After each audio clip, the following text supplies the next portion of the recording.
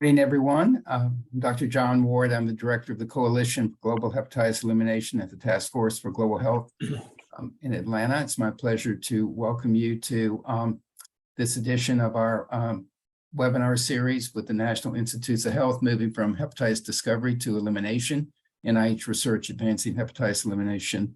And we're going to be exploring today hepatitis C elimination at the intersection of people who inject drugs in rural settings. Next slide, please. As I mentioned, this is the third year of this webinar series. And we've explored everything from the basic science of HCV vaccine development to new biologic indicators of onset of hepatocellular carcinoma, exploring health disparities, of which we'll be looking at today, and some implementation science, again, what you'll be looking at today. So a very rich breadth of information regarding hepatitis elimination. This information is available on our website at globalhep.org, both the presentations, videos of the presentations, and then we develop a synthesis report to summarize what's been shared through through that particular webinar, and I encourage you to go to our website for that resource. Next slide, please.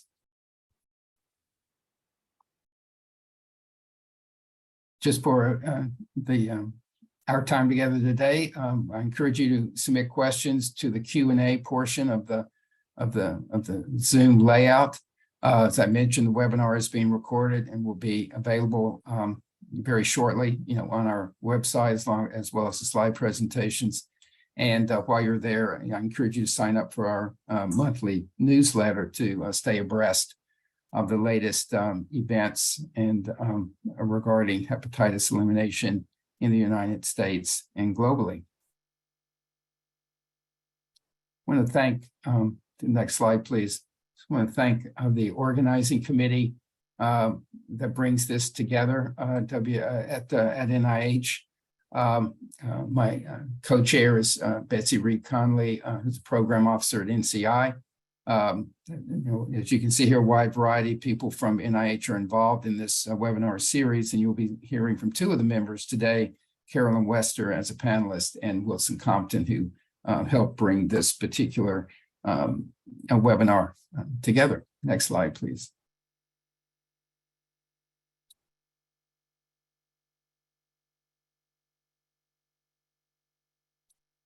This is the program for today. Turn it over to Wilson and to Rich for some opening remarks, and then beginning to introduce our speakers, and then that'll be followed by a panelist discussion and a Q&A session. And again, please provide your comments in the chat and in your questions in the Q&A. I'll turn it over to Rich. Rich? Thank you, John. I just wanted to mention before introducing our speakers that two of them, along with several of our panel members, and actually also John, now that I think about it, have been involved with what we call the Rural Opioid Initiative. We never got around to giving it a clever acronym. This was a project where people really got to work literally from our first meeting, putting together instruments and so forth.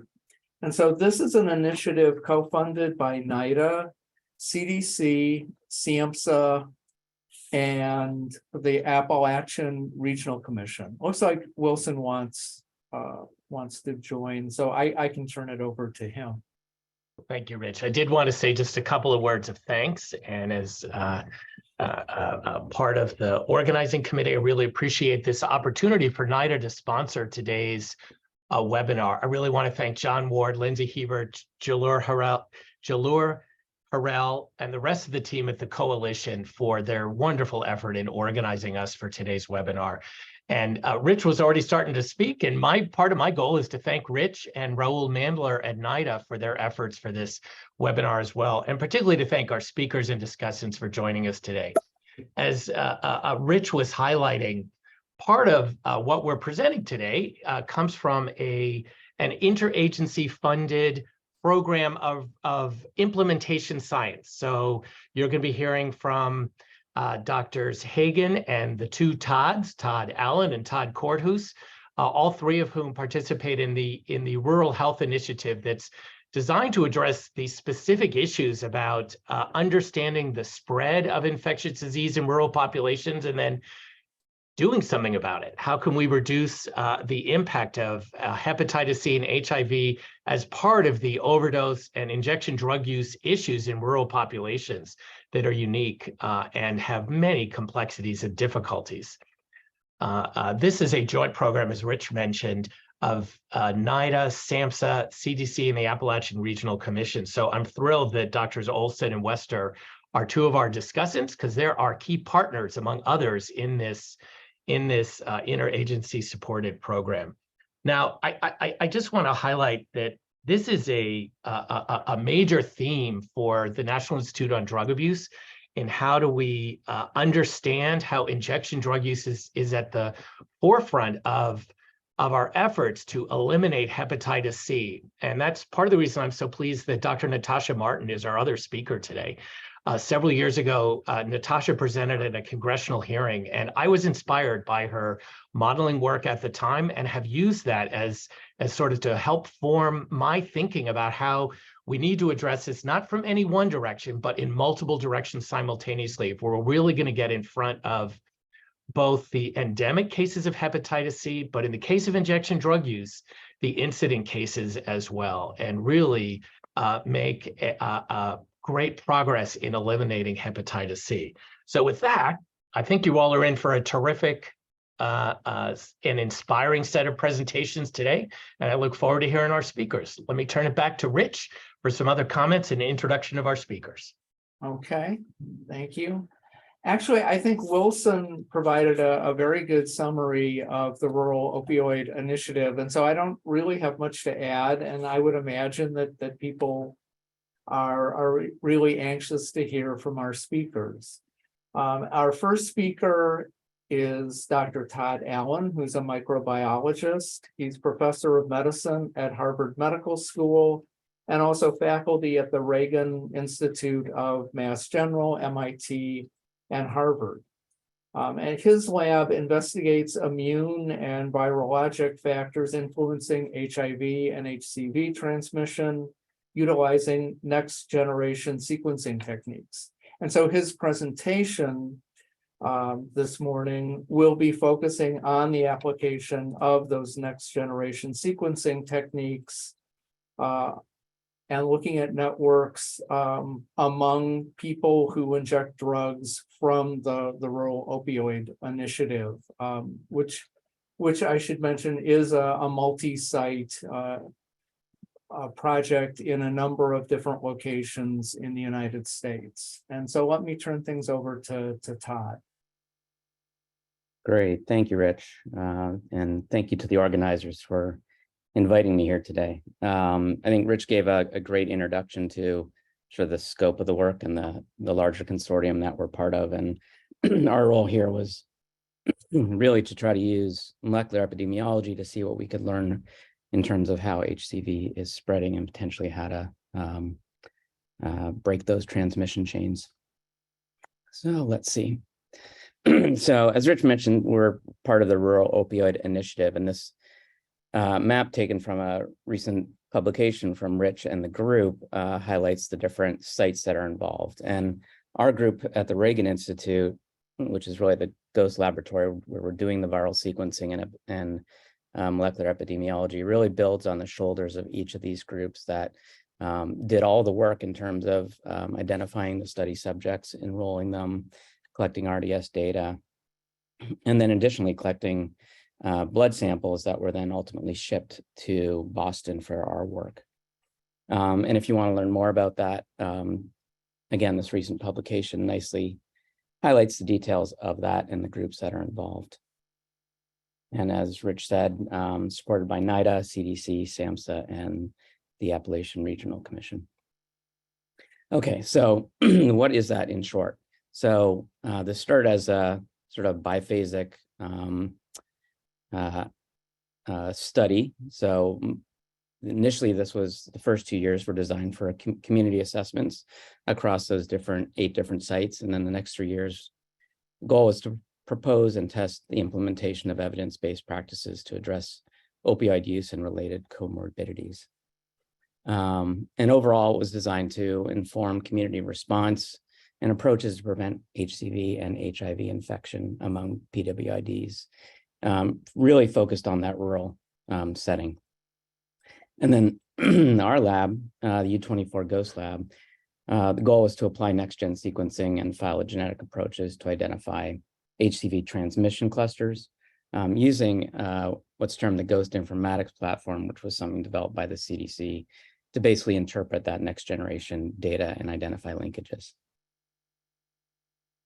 So this is the type of overall data that we'll get in terms of identifying different individuals and whether or not from a sequence-based standpoint, their HCV sequence links to any others that we've identified within the cohort. And so there are 3 basic premises or questions. Can molecular epidemiology identify subjects infected with the same strain of HCV? Can this information be used to uncover patterns and networks of transmission? And then ultimately, can these data help to inform local prevention or treatment for treatment and control? And this is not new work. This is really efforts that have already been undertaken in the HIV space. And for those interested in more about this, I think there's a great review back in 2018 highlighting some of their conclusions from early work applying this to HIV infection. And some of the broad take homes, we're identifying that in high income countries, transmission was predominantly between recently infected MSM. Within the country, in more rural settings, in Uganda, transmission was predominantly between different communities. So new strains of HIV being introduced into those communities. Really across the board, there was age discrepant transmission reported in all of those studies. And then it breaks it down at the time, what were 3 studies that were more predictive modeling approaches that would predict anywhere from 19 to 42% of infections could be prevented. And with pre-exposure prophylaxis, that could be raised to about 66%. And it also touched on one study in British Columbia, Canada, where they'd actually implemented that in a real-time way to mitigate an active outbreak. And so the take-homes were that phylogenetic clustering requires dense sampling of patients, and importantly, small time gaps between infection and diagnosis, and that the cost effectiveness of that approach needs to be considered. And so in sort of in light of the data that I'm going to present, it's important to come back to probably one of the most well-known studies, and that was in Scott County. And again, in and of itself, a bit of an outlier in terms of how large that was, and therefore the amount of information that could be gleaned from it. But it's important to remember that it really started in January of that year with 11 cases. It ballooned to about 181 cases by November of 2015. 92% of those HIV positive cases were Hep C positive. And they had identified a large cluster of about 71% of those participants were in a large cluster of 130 individuals. But this is a very concentrated, very fast moving epidemic. And so what can we learn from that as we apply this to sort of a more typical setting, and especially in the rural setting, is what we want to try to determine. And so in short, what do? We have a clinical sample that's, again, collected at the site. And it's important to remember that in this setting, these were sites that were not typically designed for clinical sample collection. And so in many cases, they had to implement those on top of pre-existing efforts that they were doing. But that meant not only a phlebotomist on location, but in this case, also sample processing at the site. And the processed samples were then sent to us. So there's multiple ways to do that. Blood can be shipped, but for various reasons, it was decided early on that samples would be processed locally. So once that sample comes to us, we isolate the HCV RNA, PCR amplify. You can imagine that from 3 different individuals here. In short, we're really only amplifying the hypervariable region, which is a very small region, but it is highly variable and therefore allows us to use it as a diagnostic marker. We then next-gen sequence that data, which basically means a large-scale amplification that allows us to not only identify the majority variants of viral strains that are circulating in an individual, but also the minor strains. Those fragments are then aligned to one another on an individual basis, and not only a consensus sequence is generated, but also variation frequencies at every nucleotide position. And then we then use that data to understand whether or not viruses from 2 different individuals are linked based on either the majority sequence or even a minor sequence. And then that data is all plugged into this global health outbreak and surveillance technology, or GHOST technology, that was developed by Yuri and his group at the CDC. And it's important here because it's a web-based approach that allows for individual sites to access their own data. But it's also built on a larger scale phylogenomics approach that contends with sample contamination and issues of rare variants. Okay, so to the data. This is a slide from about a year back, so it's a little out of date, but it gives you an idea of where we're collecting samples from. So it's distributed across 8 different sites. 6 of those sites were the more predominant donors. And for Wisconsin, we actually had the ability to not only collect prospective samples, but also retrospective samples from 1 year and 2 year prior. Overall, PCR amplification goes quite well. We do have dropouts where samples are either degraded or there's too little HCV to amplify, and even in some cases where the particular strain just won't amplify with our primers. But these are typical findings that we've had over the years looking at different cohorts. And then once that data is sequence data is generated, again, some samples will actually fail the QC of the informatics pipeline. That often involves going back and understanding whether there are issues where we can re-amplify that sample. But overall, in terms of the broader scope of the study, we had about 1,700 HCV antibody positive samples. 71% of those were HCV RNA positive by our determination. 86% of those would then amplify positive by PCR, and 92% of those would then pass the sequencing metrics. So we ended up with just under 1,000 samples across those predominantly 6 sites. Not surprisingly, again, for the US, that was predominantly genotype 1A and some 3A. And then sort of at a 10,000 foot level, you can see that different sites had different sort of outcomes, if you will. With New England, we had about 42% of samples were mapped to clusters, and the cluster can be either even a dyad, in other words, a pair, or larger clusters. For New England, we had 7 subjects in our largest cluster. Wisconsin, fairly similar numbers, although we had many more clusters. Largest was 14. And then Ohio, as a sort of on the lower end, about 9% of samples mapped to clusters, with the largest being 2 subjects. And I'll get into this in a little bit, but it's important to remember how individual study subjects are enrolled may have an implications or impact on the degree of clustering. So it's important to keep that in mind as we look at these data. So for example, with Oregon, 38% of the samples clustered. Again, these are really all dyads. For Ohio, again, only dyads. We got into North Carolina. Again, we saw finally a slightly larger cluster of 3. Now, again, these were smaller cohorts, if you will, of around 50 subjects. As we move into the larger cohorts, we're getting over 100 now with Kentucky, slightly more complex clusters being identified. New England had a larger cluster of 7 subjects, and overall a much larger rate. So again, here, just comparing Kentucky and New England, reasonably similar levels of enrollees, very different levels of clustering in those cohorts. And then Wisconsin had our largest cohort, and we actually had some ability to do some prior work while we were enrolling under this study, where we went back with Ryan Westergaard in Wisconsin, and enrolled about just short of 400 subjects retrospectively and identified about 33% of samples falling in clusters, and we identified this one larger cluster.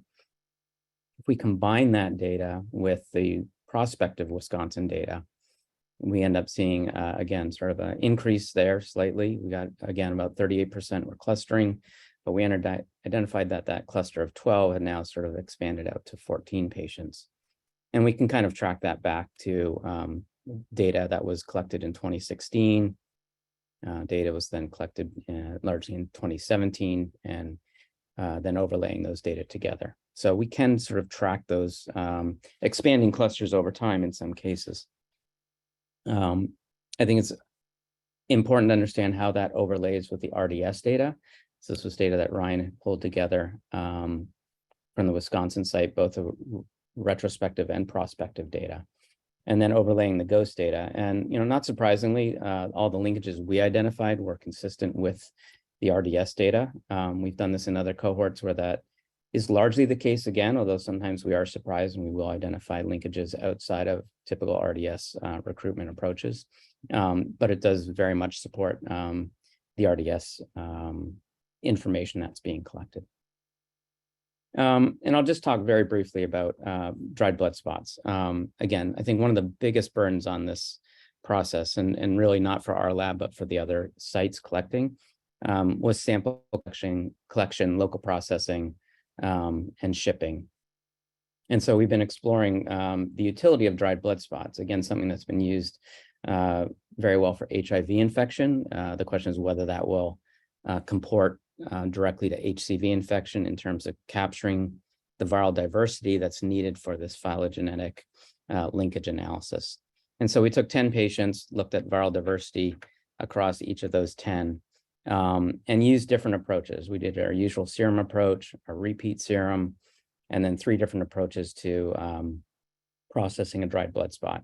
And in each case, the level of diversity, which is shown on the y-axis, was really largely replicated regardless of the approach being used, which was great news. So we weren't really losing diversity when we're using the dried blood spot. And then we could sort of link that. So we took one subject, identified or isolated the RNA 5 ways. We took those 4 subjects that were known to be linked to it, processed them through a dried blood spot, and again, got linkage at a more stringent approach than we usually use, and then using the standard bar or metric by which we usually identify linkages, we got very nice concordance with our prior data. So in summary, you know, the take-home findings here are that transmission network analysis is feasible across rural communities, and we could identify an expanding cluster of 14 subjects over 3 years. That clustering ranged significantly across cohorts, anywhere from 9% to 42%. However, the majority that we identified were dyads or pairs, and only about 30% were linked. And that really just implies a much larger pool of circulating strains were not captured, and that was understandable. This was not meant to be an encompassing study, rather sort of an early R&D to understand what we could learn, and really what scope of sampling is required to identify larger clusters. Cluster detection is also, you know, very likely to be influenced by sampling density, but also the collection approach. So sites, the different sites were enrolling anywhere from, you know, anywhere from 42 seeds up to 279 seeds. Some groups were using syringe service programs as a entry point, and others were using street outreach. So again, how you're collecting the data can make a big impact on the degree of clusters you're probably going to identify. And then also that it's, you know, likely that a significant scale up, anywhere from, you know, we would estimate 10 to 30-fold, would be required to identify sufficient highly linked individuals for interventions. There's large numbers of missing sequence links can impact timely detection of transmission clusters and then hinder the succession of any intervention. And that also requires obviously a substantial upfront infrastructure, either for sample collection, shipping and processing, or hopefully again, dried blood spot could really greatly facilitate that process, lowering the amount of work and also lowering costs. I think we talked about serum sample collection and the need for dried blood spots. And also just important to realize we've been doing next-gen sequencing for about 15 years, and we still come across some troubling samples that are difficult to interpret. So, it may be worthwhile considering sort of a single site or minimal regional centers for that data analysis. It's important to consider ethical or HIPAA concerns. If data identifies specific individuals that are at the center of a large network, how do we properly proceed given HIPAA concerns? And then, our take home from some of this is really just based on the scale and the scope that we were able to collect, which is, again, 1,000 patients over about 6 to 7 sites. So relatively diluted sample set. Whether that can be used in real time to disrupt transmission chains in a way we think about Scott County. And whether traditional epidemiological test and treat approaches would be more effective, cost effective in those settings when you simply see a community level increase in HCV rates. And again, taking in consideration the time it takes for samples to be shipped, processed, uploaded, and just trying to weigh all those different considerations. But I think we've learned a lot, and I think the approach is very well suited to retrospective analysis of cohort dynamics and factors associated with transmission. And I'll just end there. I think this is probably the most important slide. These are the groups that have really been doing all the work to collect the samples from these study subjects and really made all this work possible. And I'll turn it over to you, Rich. Thank you, Todd.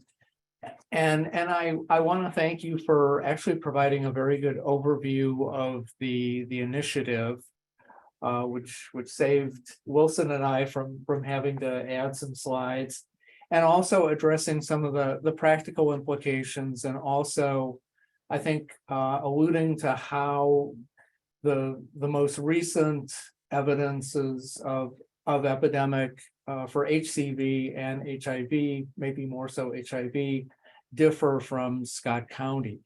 That was a very concentrated epidemic in a relatively small community, and also reflected an inattention to using surveillance data in addition to just representing rapid transmission through networks.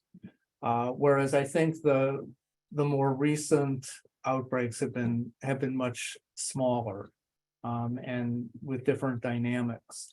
I want to give time for a question we have from the audience. And so the question asks to you, Todd, do you see evidence of saturation in the HVR1 region sequenced? And actually, let's see, with loss of power to recognize clusters? It's a great question. We haven't gone in to look at the data in that way. It is possible that, and we have talked about sequencing a larger fragment or sequencing a secondary region to provide additional power for linkage. Based on our experience, HVR has been a great diagnostic marker. And again, I think it's important to kind of weigh amount of work going to be required for generating additional data versus how many additional linkages you're going to get. Anecdotally, it's interesting, and we've given question to the necessity for next-gen sequencing in this space. In other words, traditionally we'd use a consensus Sanger sequence. That captures pretty much most of it. We do identify sites or particular linkages that are based on a very small minority sequence in an individual that does link to someone else. It's a rare occurrence. Next-gen sequencing is much cheaper, substantially cheaper. However, it does sort of push the workload down on the informatics end of things. So, in short, no, I don't think we need to consider moving beyond HVR. I think it's giving us plenty in terms of bang for your buck, I guess. So we've been happy with that. Okay. The only other question was regarding slides. And so if one of the organizers can comment on how people, the availability of slides after this webinar. The slides will be available on globalhep.org. So just go there under our webinar series and you will see the slides here. You know, I did want to, since I have a moment, I wanted to ask a question about the findings of these small networks, and many of those were in dyads. And, you know, perhaps that's not surprising given, you know, these are rural areas with scattered populations. And it sort of struck me that maybe it actually increases the prevention value of treatment, including the referral of their immediate injection partners, which I suspect oftentimes are family members, sex partners, et cetera, because you could probably, after treatment with that dyad, have a decreased risk of entry of a new partner into that network and, you know, increasing the risk of reinfection. So I just wanted to see what your impressions were and others on the call about what this data is telling us. Thank you. Yeah, I think it's a great point, you know, regarding the dyads. Some work we'd done with Kim Page many years ago, just looking at this UFO San Francisco cohort, really identified that the largest transmissions were within dyads, weren't going much beyond that. And that was usually related to sort of a sexual relationship between the individuals. And so, yeah, I think, you know, as much as our eyes are drawn towards the clusters and what we can do there, I think we might be somewhat missing even better opportunities in terms of the dyads and what we can do in terms of limiting transmission in those settings. Natasha's got her hand up. Thanks. Yeah, it's a great point, John. And I just wanted to highlight there was some really nice work done by Margaret Hellett and her team a few years ago where they actually simulated based on their actual injecting network data, hepatitis C transmission, and showed that this kind of treat your friends approach, right? Treat somebody and then treat the people in their immediate network was more efficient in terms of controlling hepatitis C spread and compared to kind of a random treatment strategy. So that could be potentially even more effective in these types of situations that you're talking about, John. Okay. I think in the interest of time, we should move, and we will be shifting gears. Although it is one of the other Todds from the Rural Opioid Initiative. Our next speaker is Dr. Todd Korthuis, who is a physician with training in addiction medicine and internal medicine. He's professor of medicine and head of addiction medicine at the Oregon Health and Sciences University. His research generally focuses on the intersection of addiction, prevention, and treatment with infectious disease, doing intervention in diverse settings. Actually, it looks like, are we expecting Natasha?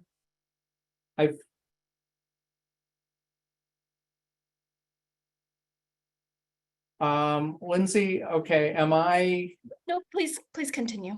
Okay, so I'm on the right track. I thought. Yes, you're, yeah. I know Yes. that this changed at one point. Okay.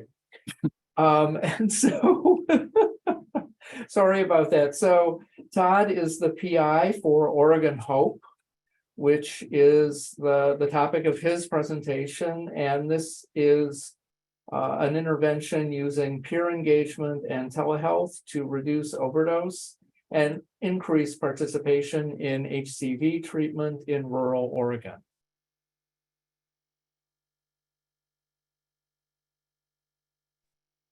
Thanks so much, Rich, and thank you for the invitation to talk today. I'm Todd Korthuis, and it's a delight to be able to talk about the Oregon Hope study, which was part of the Rural Opioid Initiative.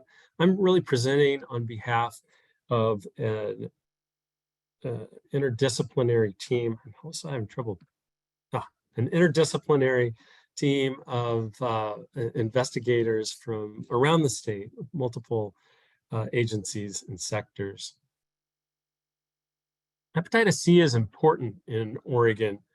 At the time we proposed this study, Oregon had the third highest hepatitis C mortality in the US and the fourth highest hepatitis C prevalence.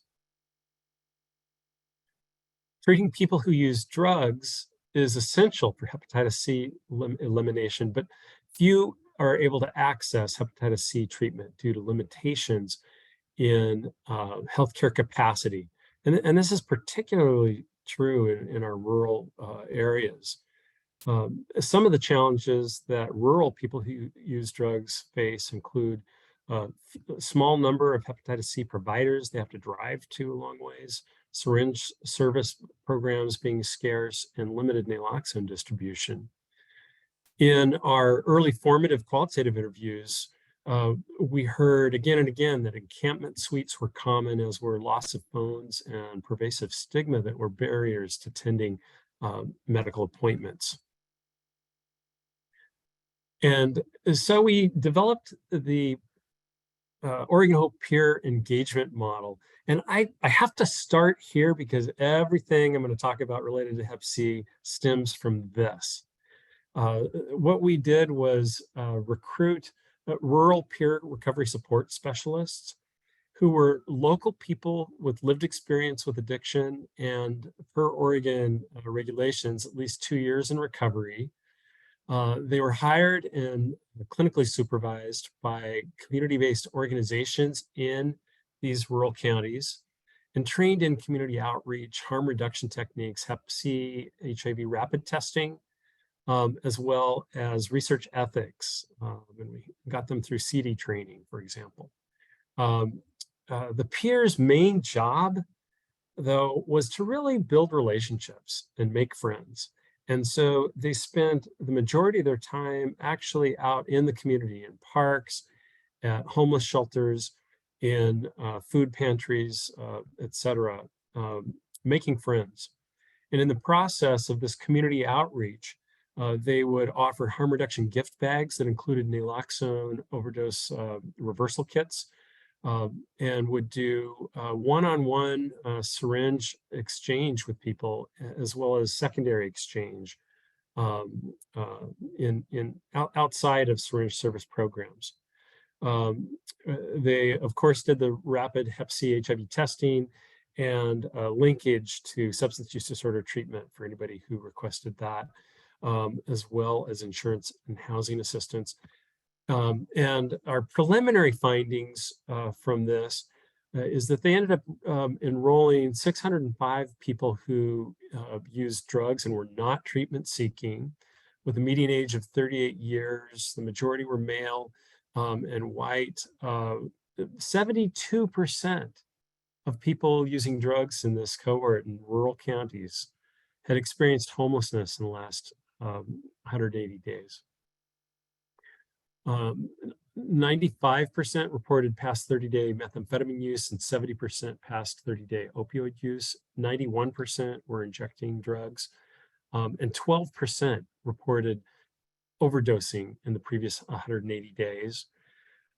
And our preliminary results of the engagement study, looking at just the treatment services they received, within 90 days of their first peer encounter and enrollment in the study, 70% engaged with any sort of peer services, 37% engaged with harm reduction services from the peer, and a full 13% engaged in some sort of substance use disorder treatment service within the first 3 months of meeting the peer, which is remarkable when you recall that these are non-treatment seeking populations in the community.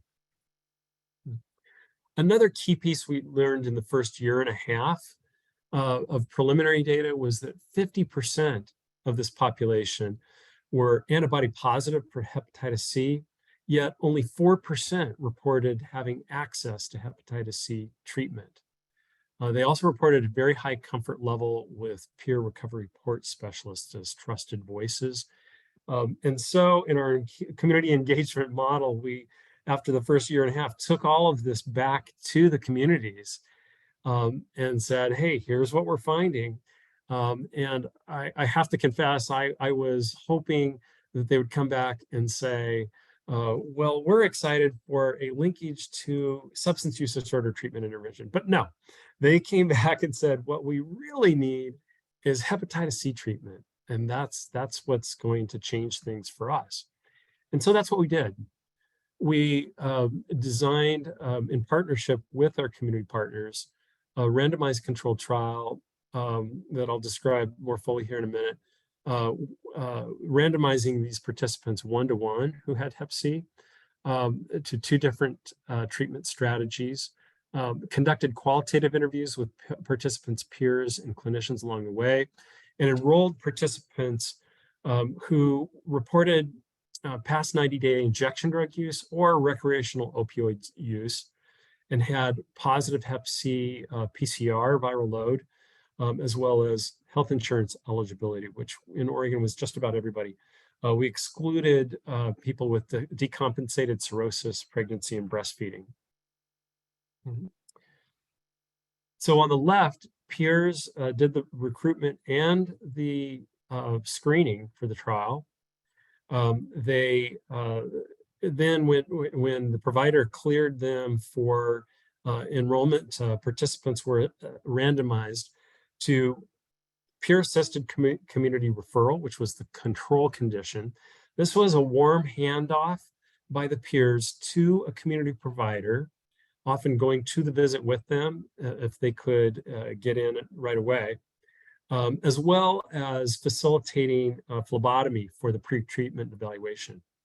The intervention was peer-assisted telehep C treatment, which I'm going to spend the next 3 slides on. We then followed people, of course, during their 8 to 12 weeks of DAA treatment and out to 36 weeks. We collected phlebotomy specimens 12 weeks after their treatment or when they would have completed their treatment if they never initiated, for the primary outcome of sustained viral response 12 weeks following treatment, which is the marker of hepatitis C cure. We also collected secondary outcomes, one of which was treatment initiation. So here's the overall view of how this works and the key components. And I just want to immediately call your attention to the center. The real glue to this whole thing was the relationship between the community-based rural peers and their clients, people actively using drugs, not seeking treatment, but very interested in Hep C. And the peers were the connector with pre-treatment lab evaluations, connecting with resources, very importantly, including harm reduction supplies, but also food and housing, importantly, and then signing them up for Medicaid if they had fallen off or didn't have it. So I'll talk in the next 3 slides about the 3 core components. This is really important, I think, to understand our preliminary results. In addition to the engagement activities the peers were already doing with this population, they often took people to the lab and assisted with phlebotomy and the pre-treatment evaluation, and facilitated the telemedicine visits, including bringing technology to the participant in their home, in their tent encampment, in the park, to make telemedicine happen in those settings. They also facilitated medication pickup at the pharmacy, adherence support, and both study and medication retention. We also established medication lockers at the community-based organizations that people could keep their DAAs in if they were unstably housed. And the peers did a lot of crisis management. And I want to highlight this because one of the things that I learned was that this was the life of the people that we were targeting for this hepatitis C treatment. These are folks who are in perpetual crisis. The peers would help them when their kids couldn't get to school, when their parole officer was having conflicts, when they didn't have food, and many other activities, and then provided counseling assistance, crucially during hepatitis C treatment for those who needed it. The second component of the intervention were the clinicians. We recruited 3 general internists, a nurse practitioner, and 2 pharmacists, all of whom were clinically experienced in hepatitis C treatment as part of their usual practice. They reviewed participant labs and met via telemedicine with the participant to determine which DEA regimen to prescribe. And by the way, almost 98% was Mavorette. And then they sent the prescription to specialty pharmacies and the pharmacist conducted a one-time adherence call for follow-up and refill before the 4 weeks were up. First 4 weeks were up. The final component that really became its own aspect of the intervention that I need to be clear about are the structural interventions that the team achieved. We developed standing, streamlined lab orders with rural community-based hospitals so that the peers and the participants didn't have to carry something with them. We negotiated payer and pharmacy agreements to make sure that both the telemedicine visits and the DEA treatment was covered.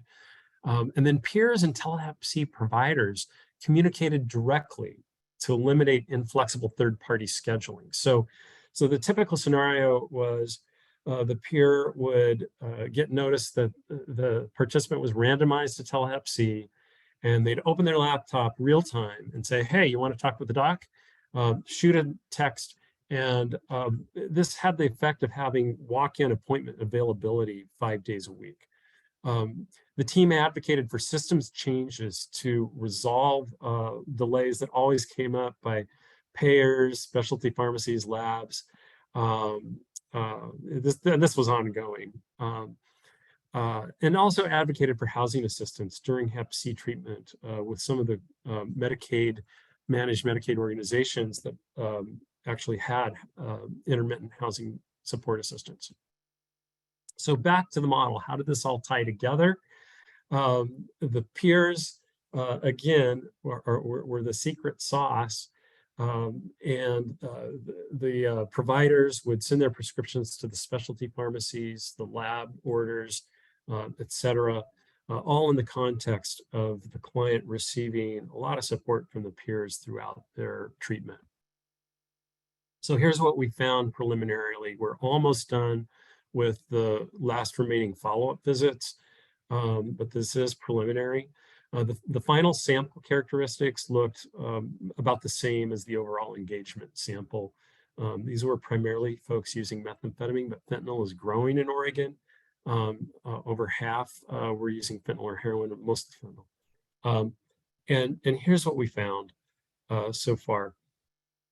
Within 6 months of randomization, 85% of people assigned to Hep C treatment started Hep C medications, compared with 15% in enhanced usual care. And this translated to 64.6% hepatitis C undetectable viral load 12 weeks following treatment completion in the Hep C group versus 13% in the enhanced usual care group. And I want to point out two things.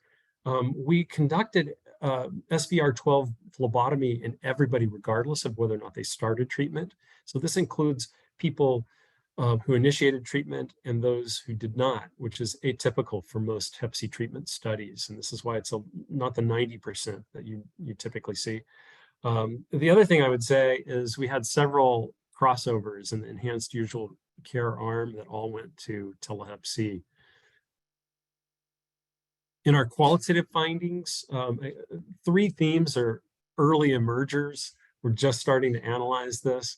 But the first theme that emerged was peers as trusted partners. One Hep C clinician said it this way: peers create trust in a way that cannot be created initially with a provider. They sort of invite the provider into their bubble of trust and then warm hand off that bubble.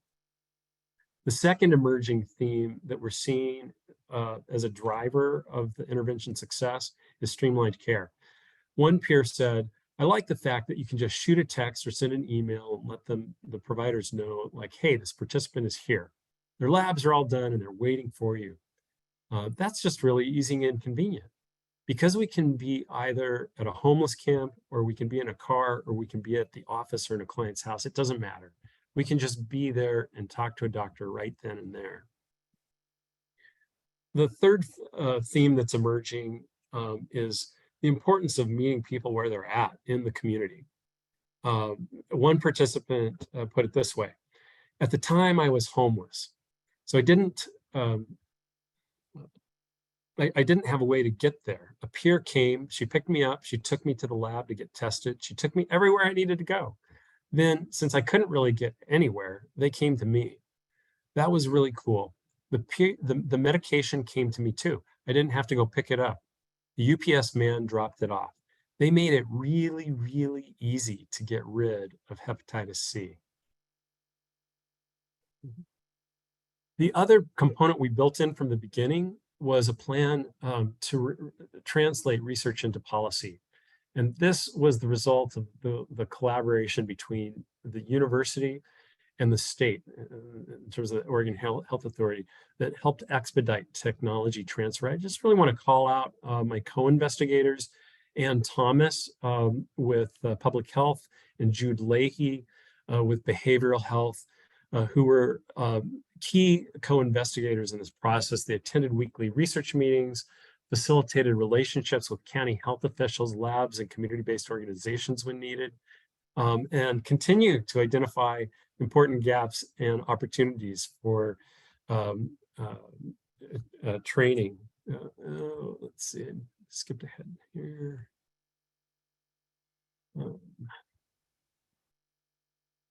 And this has resulted in a scale up, even before the trials are published. That's the result of this collaboration.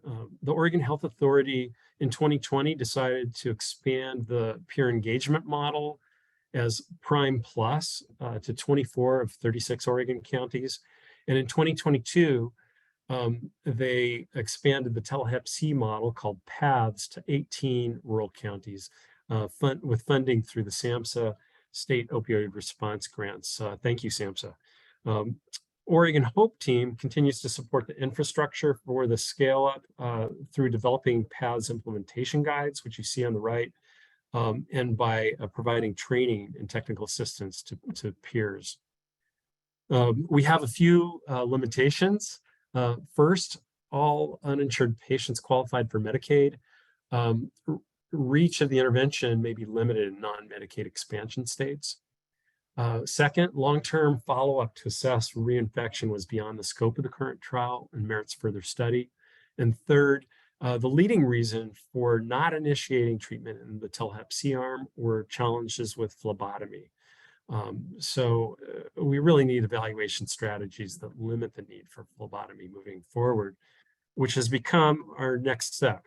So part of the expansion has been inclusion of dried blood spot testing to reduce the need for phlebotomy. The test and treat DBS model allows for pre-treatment evaluation without phlebotomy. On the right, you see the card has not only the antibody, but Hep C RNA, HIV, and importantly, the Hep B surface antigen that would influence decisions to offer treatment. And then also each Medicaid organization currently requires a different specialty pharmacy. That's kind of a headache. And so we're considering advocating for state use of a single specialty pharmacy. To wrap up, peer-assisted Telehep C treatment substantially increased hepatitis C treatment initiation and cure compared with enhanced usual care. This model could be replicated in rural and lower resource settings by expanding Hep C treatment directly to people who use drugs via trusted peers in telemedicine. And finally, I feel like really successful implementation relied on our community partnerships, collaboration with the state health department and behavioral health to speed research to practice, and our structural interventions to address barriers. Thank you especially to the participants and peers and funders, and there's our contact info. Thank you very much, Todd. We have a number of questions, so what I'll try to do is to consolidate some of them because they really ask about the peers. And so I was wondering if you could comment on whether peers had lived experience with HCV as well as drug use, whether you have measurements related to the acceptability of this model, providing the perspective of both peers and clients. And also, can you comment on the supervision of peers?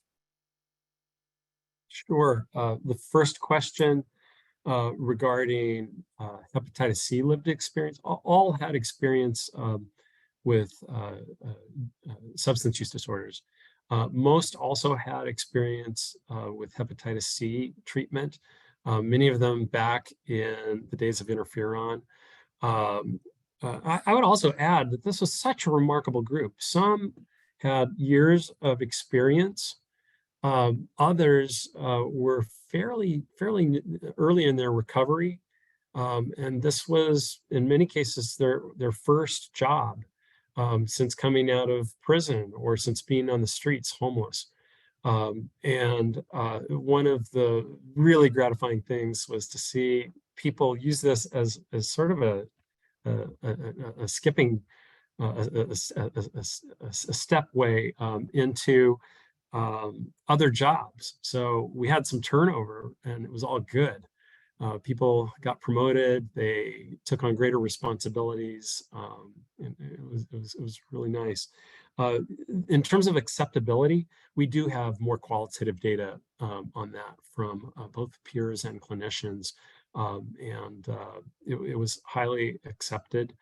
We also have qualitative data from the participants. There's always the question, if you're looking at really small communities, of privacy, of confidentiality, and that was a real concern. We had a tremendous amount of training devoted to that, and it's something really the peers took to heart. The third question. Supervision. Supervision of peers. Supervision was provided by the community-based organizations. At one, they had a CADC peer supervisor who met actually almost daily with the peers on that team in that particular county. And the other, they had a licensed clinical social worker who provided clinical supervision. Oregon regulations for peer certification require a minimum of 2 hours per month of supervision. In practice, they got a lot more than that. In addition to the formal supervision, we also had a learning collaborative that met monthly with peers in other counties. And then peers were part of the research team. And so they were part of our weekly research meetings where we would actually discuss hot issues as they came up as well. And I think we have time for one more question, which asked how you would translate this model to urban areas where, in contrast to the low density and scarcity of just about everything in rural areas, you have to deal with more complex systems and potentially more options. It's an excellent question. We're in the process of doing that with our own hepatitis C model. The peer services are already up and running in a lot of these areas, in urban areas. They were new to the rural space, but there have already been actually demonstrations of peer facilitated telehepatitis C treatment in urban areas as well. Okay, well, thank you very much. And we will be shifting gears yet again. Our next speaker is Natasha Martin, and here she is. So Natasha is a mathematical, her background is in mathematical biology. She styles herself primarily as a modeler, but she's also professor of infectious disease and global public health at UC San Diego. Her work focuses on modeling infectious disease epidemics. And she also is PI of a NIDA-funded grant investigating ways to optimize HIV and HCV prevention among people who inject drugs worldwide. And so her presentation will shift our focus to rural areas outside the United States and looking at HCV elimination among people who inject drugs, working from modeling and observational data in Mexico. So let me turn things over to Natasha.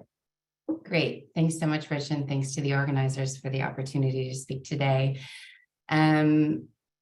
As was mentioned, I'm an epidemic modeler, so I'd love to talk today a little bit about the modeling work that we've been doing, as well as our on-the-ground work that we have been participating in Mexico, and I hope that you'll see many parallels in terms of what we found in terms of hepatitis C elimination insights that are applicable to rural settings and echo much of what you heard in terms of the situation in Oregon.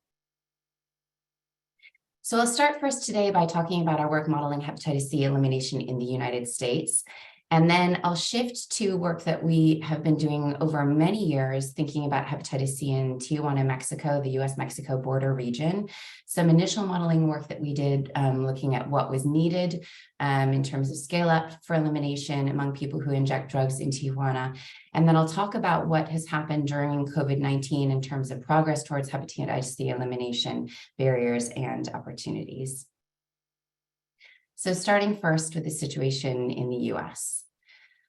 A recent estimate by Heather Bradley and her team estimated the population size of persons who inject drugs in the United States at just under 3.7 million individuals in 2018.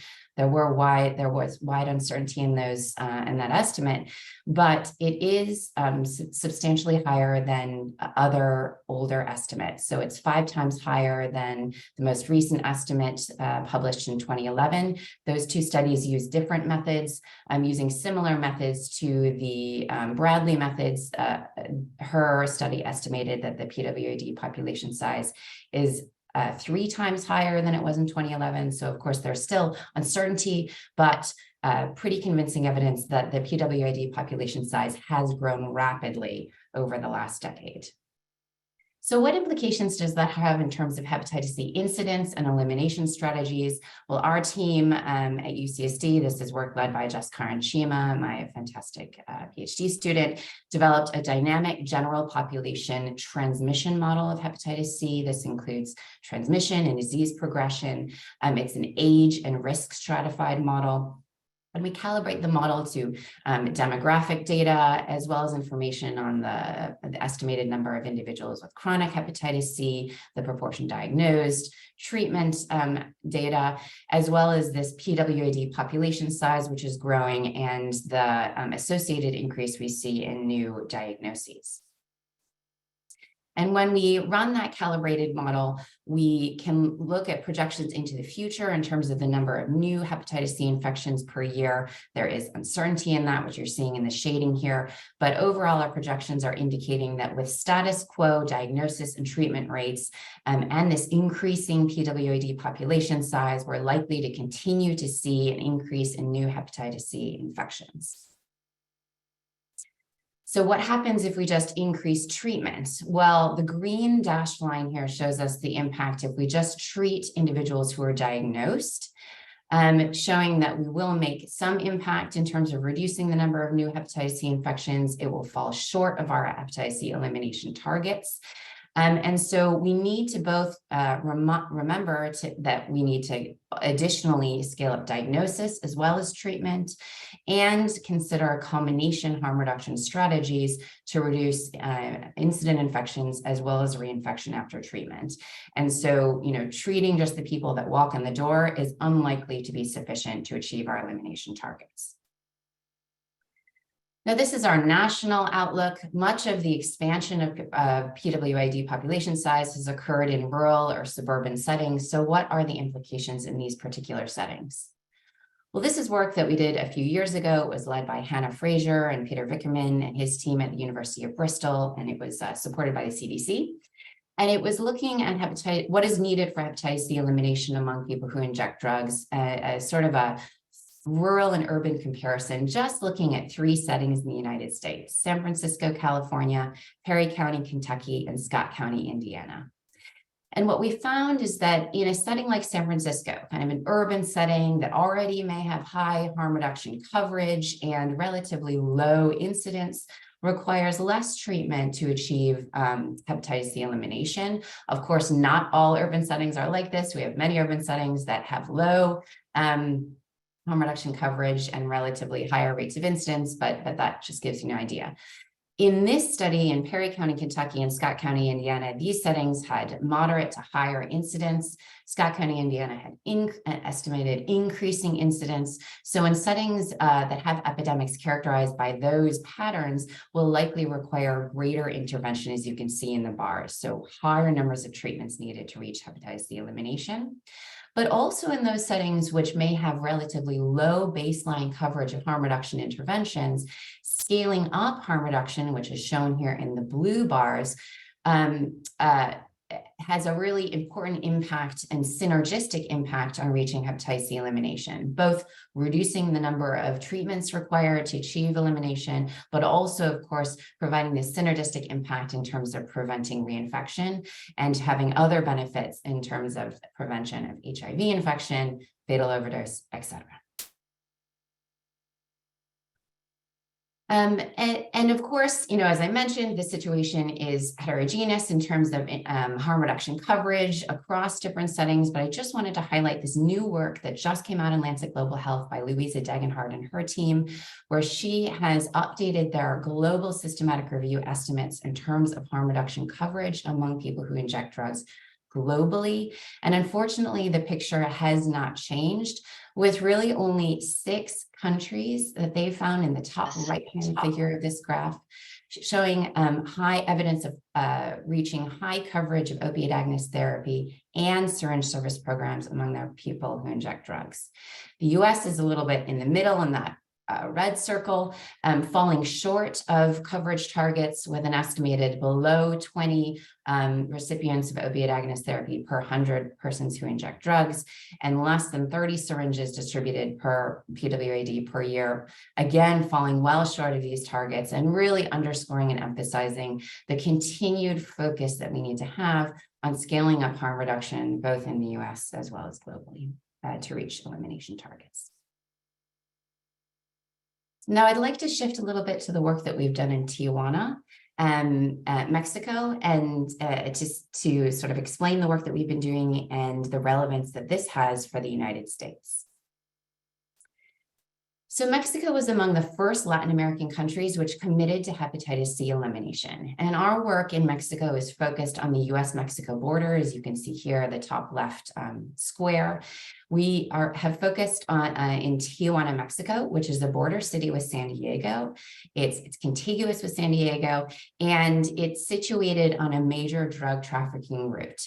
There's an estimated about 10,000 persons who inject drugs in Tijuana. There's a very high burden of hepatitis C, with several estimates putting the seroprevalence over 90%. And a more recent estimate of hepatitis C incidence among persons who inject drugs at about 16 per 100 person years by a longitudinal ongoing cohort study among persons who inject drugs in the San Diego-Tijuana border region that is led by Stephanie Strachty, called the La Frontera study. And I'll mention some data from it several times in this talk. There are gaps in evidence-based harm reduction in Tijuana, Mexico. Less than 5% of persons who inject drugs are receiving opiate agonist therapy. There's negligible syringe service program provision. And one thing that I wanted to emphasize is that in 2014, the federal government put funding towards compulsory drug abstinence programs. These are the main type of drug rehabilitation program available in Tijuana. They effectively act as prisons. And we have several studies indicating that exposure to these programs is associated with both increased injecting risk as well as increased fatal, non-fatal overdose. And so these compulsory drug abstinence programs really can cause harm instead of good. Now, this is some work that that was led by my PhD student, Laura Marquez, and what we wanted to look at is what was required in terms of achieving hepatitis C elimination among people who inject drugs in Tijuana. So she developed a dynamic transmission model of hepatitis C among people who inject drugs calibrated to data from Tijuana. And like I've already showed you in terms of our work in the United States, again, she found that combination harm reduction reduces the number of treatments needed. That's shown in the increasingly shaded boxes there on the left-hand side. The more harm reduction that we scale up, the fewer treatments we need to reach elimination, preventing reinfection, and has other benefits. But one of the important new points that I wanted to highlight was that she also looked at the impact of what would happen if these compulsory abstinence programs were scaled up. And as I mentioned, because they're associated with increased injecting risk and other harms, what we found is that they can make elimination more difficult, actually increasing hepatitis C incidence and requiring more treatments in order to counteract those negative effects, really making elimination more difficult. And finally, when we looked overall in terms of what was needed to reach Tijuana elimination targets in Tijuana, incorporating the numbers that we would need to treat both of current people who inject drugs as well as former injectors, we estimated that about 1,500 treatments per year are needed in Tijuana if the elimination program started in 2019. So this 1,500 per year was our target in 2019. And so what has happened since then? Well, now I'd like to talk a little bit about what happened during COVID-19 and the progress that's been made on the ground in terms of hepatitis C elimination. So one good thing that has happened is that there has been universal screening and hepatitis C treatment programs in prisons in Mexico. So during 2021, universal screening occurred among the prisoner populations in the whole state of Baja California, which is where Tijuana is located.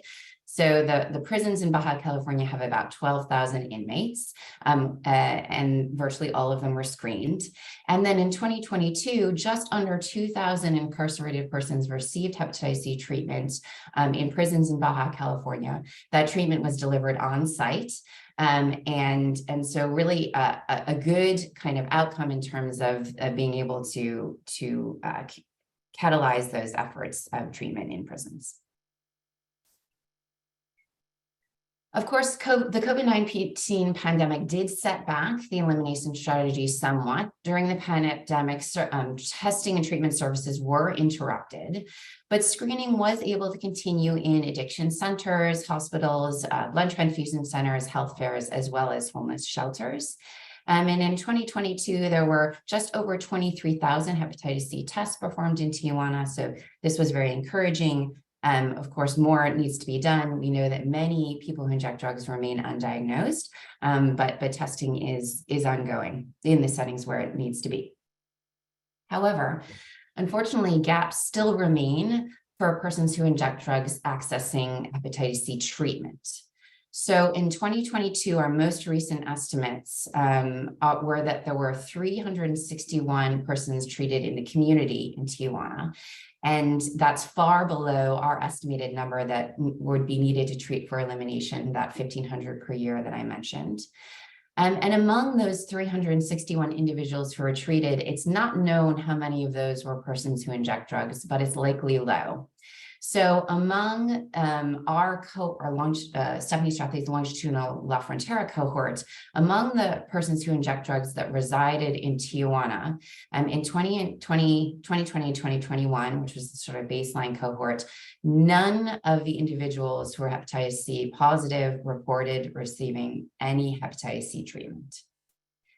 Additionally, overall, in the state of Baja California, we've received information that only about 25% of hepatitis C treatments that were given across the state were given to people with a history of drug use, any kind of drug use.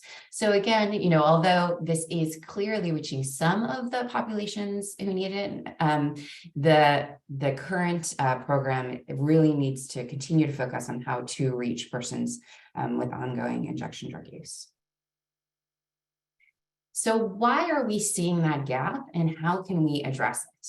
Well, the first major gap that needed to be addressed was the need to bring services to where PWD actually are. So hepatitis C treatment, when it initially became available, was only available at one clinic in Tijuana. It was the HIV clinic. It started being available to individuals with HIV hepatitis C co-infection. Then it was available to anyone, regardless of their HIV status, but it was still only at this one centralized clinic. In the bottom right-hand of this slide, in that circle, Capacites. That is about 15 miles or 90 minutes by bus to the Zona Norte, which is the area in Tijuana, which has the most sort of injection drug use and where most people who inject drugs reside, in that red star. This has been a substantial barrier to accessing hepatitis C treatment as well as HIV treatment. We've known for a long time that in Tijuana, less than 10% of persons who inject drugs who are HIV positive are on antiretroviral treatment, in part because of the substantial barriers that they have in terms of both paying to get to these treatment centers, as well as the time commitment it takes to get there. Fortunately, recently, there's now additionally 5 hepatitis C treatment centers available at health centers across Tijuana. And so we hope that this will catalyze increasing access to treatment, but I really still think more needs to be done. What are some other barriers to care? Well, Eileen Pipitan and Laramie Smith at UCSD did a study a few years ago looking at barriers to HIV care. I think these are very similar to what we'll see in terms of hepatitis C. Through their qualitative interviewing of key stakeholders and community-based organizations, there is continuous discussion for the need for cultural competency. People who inject drugs have multiple needs. HIV, hepatitis C may not be their first need. Housing, food, skin and soft tissue infections, and somebody that can competently understand those multiple needs and address them is key. People who inject drugs in Tijuana also experience stigma and multiple intersecting stigmas, for example, with their hepatitis C as well as injection drug use. And again, a system that can understand and address those will help improve engagement to care. Additionally, we have ongoing concerns with police interference and harassment, which is pervasive in Tijuana and really disrupts access to care and services, as well as unstable housing and police sweeps that we have of where people who inject drugs live, has been associated with HIV clusters and outbreaks, and continues to serve as a barrier to accessing care in these populations. Additionally, harm reduction access remains extremely limited. So unfortunately, the current president of Mexico, President López Obrador, has shown very little support for harm reduction efforts, cutting funding since 2018. And that has resulted in a really kind of urgent crisis, which has just happened in terms of a current methadone shortage. So this was reported in Vice News just a few days ago.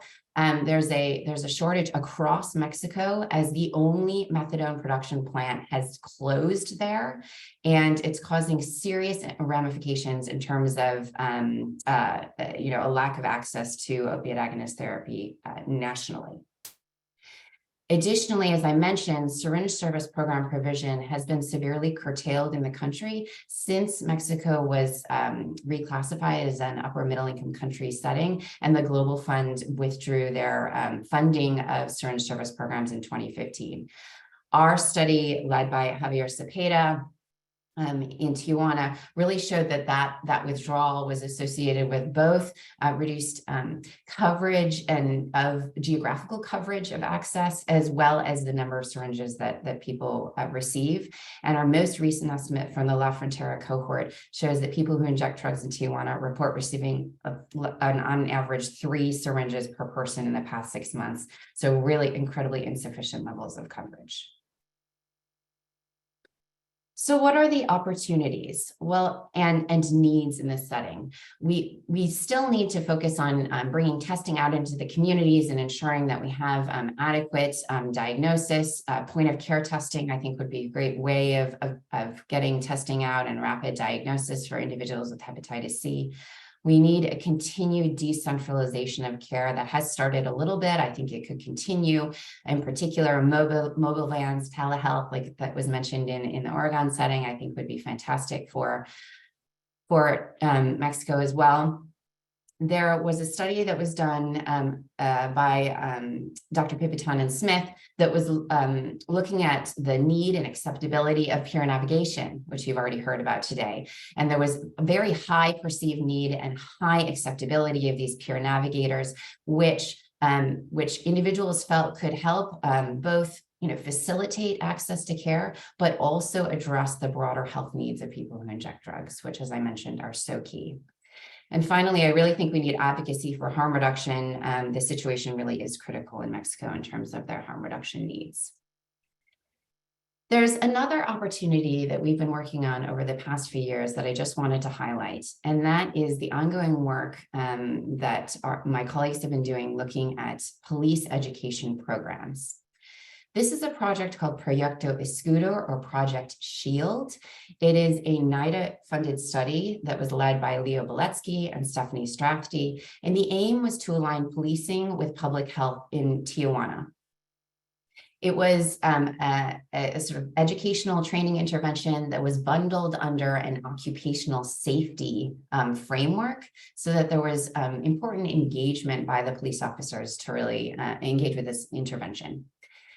In 2015 to 2016, virtually the entire police force of Tijuana, which is over 1,800 police officers, were given this training. And a subsample of officers were followed prospectively for 2 years to measure their self-reported attitudes and behaviors related to interactions with people who inject drugs. And then at the same time, Stephanie Strafty led a parallel cohort of people who inject drugs who were interviewed to track their exposures with this police to see whether this intervention likely actually changed any lived experience among people who inject drugs on the ground. The project was a partnership with the Tijuana Police Academy. It used a train the trainer model, and it was culturally adapted by the instructors to the local setting. It was a 3-hour course that was divided into 3 modules that covered basic epidemiology, prevention and treatment of HIV, hepatitis C, as well as tuberculosis. It covered relevant national and state drug policies, including the recent the decriminalization reforms. And it also covered just general elements of harm reduction, drug use, and public health. And what these investigators found was that the police reported improvements in their knowledge and reductions in drug-related arrests and confiscation of syringes, et cetera, even 24 months after the training of the program. And when we looked at what the PWID were reporting on the ground, what we found was that there was a reduction in self-reported recent incarceration among persons who inject drugs after this educational training compared to pre-training. So the pre-training is shown here in green, the training in yellow, and the post-training in blue on the right-hand side. And this is a nice analysis that was led by Javier Cepeda, which showed this significant change in trend towards this reduced incarceration post-training. And so what we did was we fed the results from that statistical segmented regression analysis into some dynamic models to estimate the impact that police education programs could have on reducing hepatitis C elimination through the mechanism of reducing incarceration, which we know is associated with HIV and hepatitis C risks, not just in Tijuana, but globally. And some work by Carlos Rivera Saldana, my postdoc student, has indicated that if continued for 10 years, this police education program could reduce hepatitis C incidence among people who inject drugs in Tijuana by about 70% and avert new infections, cirrhosis, and hepatitis C related deaths. Additionally, some work by Javier Cepeda that's should shortly coming out in a Lancet Commission on Health and Human Rights shows that this intervention could additionally prevent HIV infections as well as fatal overdoses, and together is cost effective and potentially cost saving if it's run and implemented by local staff. So finally, what are the implications for all of this work in terms of hepatitis C elimination among people who inject drugs in rural settings?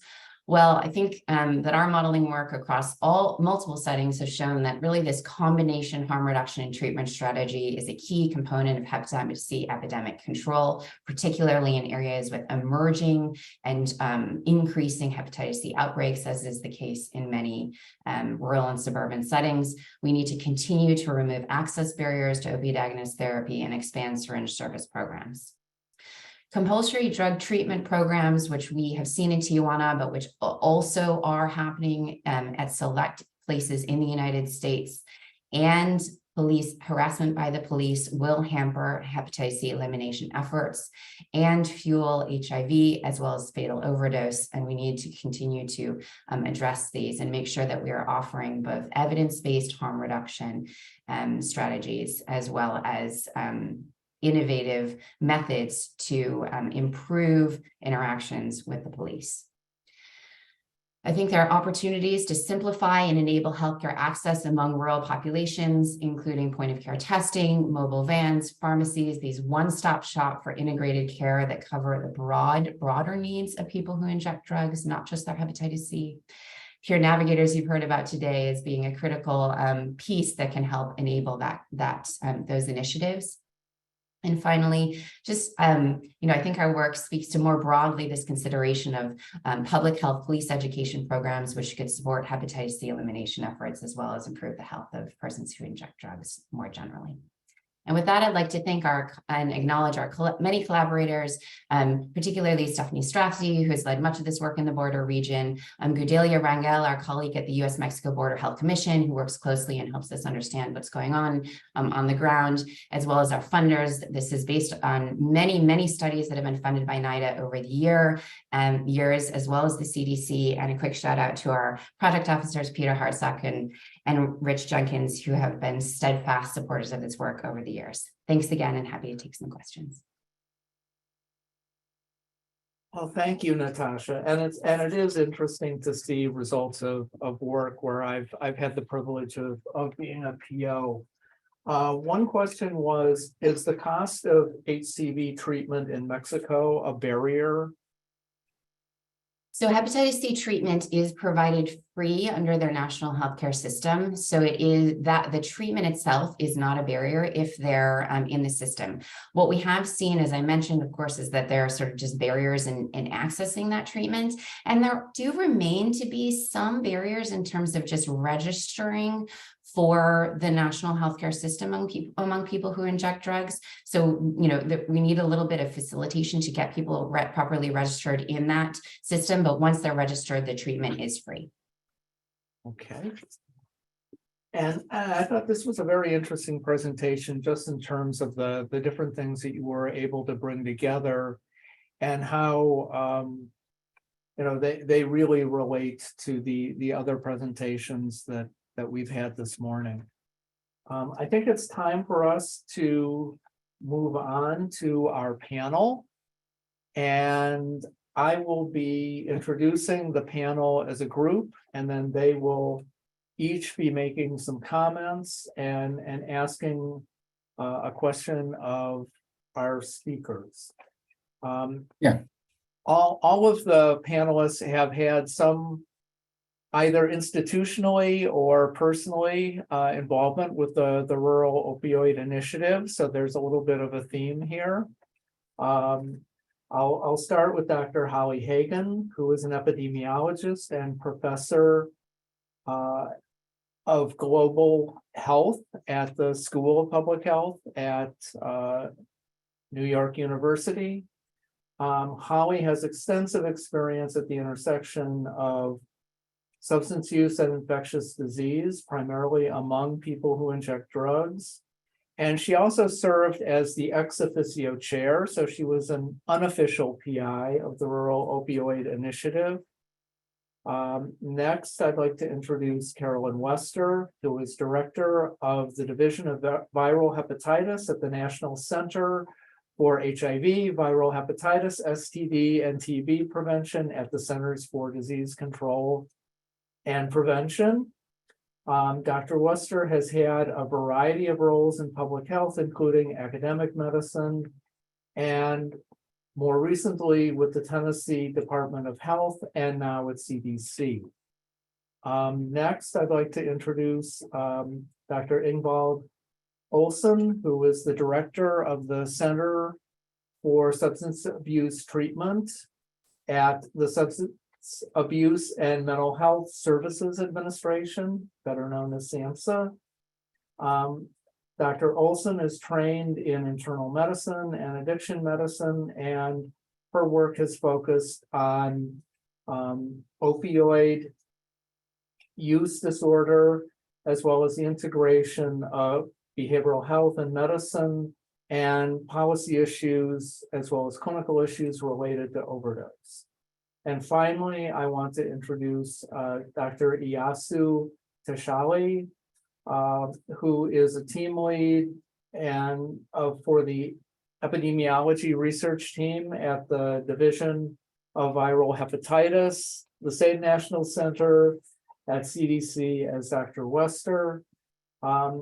And his work includes working with ghosts in contexts other than our rural initiative. And so I think we want to turn it over to the panel, I think starting with Holly, although I see that John is on. We may have gotten, I think he may also want to provide some comment. No, this is great. I want to just get right to Holly so we get have ample time for the panelists to comment and have a question. Thank you, Holly. Take it away. Thank you. So first of all, thank you to the organizers for inviting me to be part of this webinar. And also I want to thank the speakers for their really excellent presentations. I'd like to focus my remarks and also my questions on people who are actively injecting and using drugs, because I believe that they are key. They're key actors in this plan for HCV elimination. Just recently, this year, January, there was a paper published by Van Santen and colleagues that they emulated a clinical trial of HCV prevention using some observational data from Melbourne, Vancouver, and Amsterdam. And what they showed was that high levels of engagement and harm reduction, meaning active injectors who are on medication for opioid use disorder and who are also acquiring their syringes and other equipment from a syringe service program, that participation reduced their incidence of HCV infection by 74%. Now, that's a very high level of harm reduction engagement that may be difficult to achieve in a lot of US settings. But I think it's important that we emphasize that we can prevent HCV infection in people who use drugs, and that should be part of an overall plan for HCV elimination. So in addition to reducing hepatitis C virus-related mortality and also improving health and quality of life for individual patients, a lot of the benefit of treatment will come in the form of eradicating infection in active injectors. Who will at that point be no longer at risk for transmitting HCV to others. Also, most of the new infections in the US are in young PWID who have the lowest rates of engagement in substance use disorder treatment and hepatitis C virus treatment. The nearly 4 million people who inject drugs in the United States that Dr. Martin mentioned, they're significantly younger than prior cohorts of people who inject drugs. So this is there's a very strong rationale, I believe at this point, for focusing eradication efforts on young and active people who inject drugs. I see nodding. I feel like every one of the speakers agrees with this so far. So I want to ask a question of Dr. Martin. More than 10 years ago, some of the modeling studies that you and others were involved in, they predicted elimination of HCV a couple of decades with what was termed achievable scale up of treatment with the direct acting antivirals.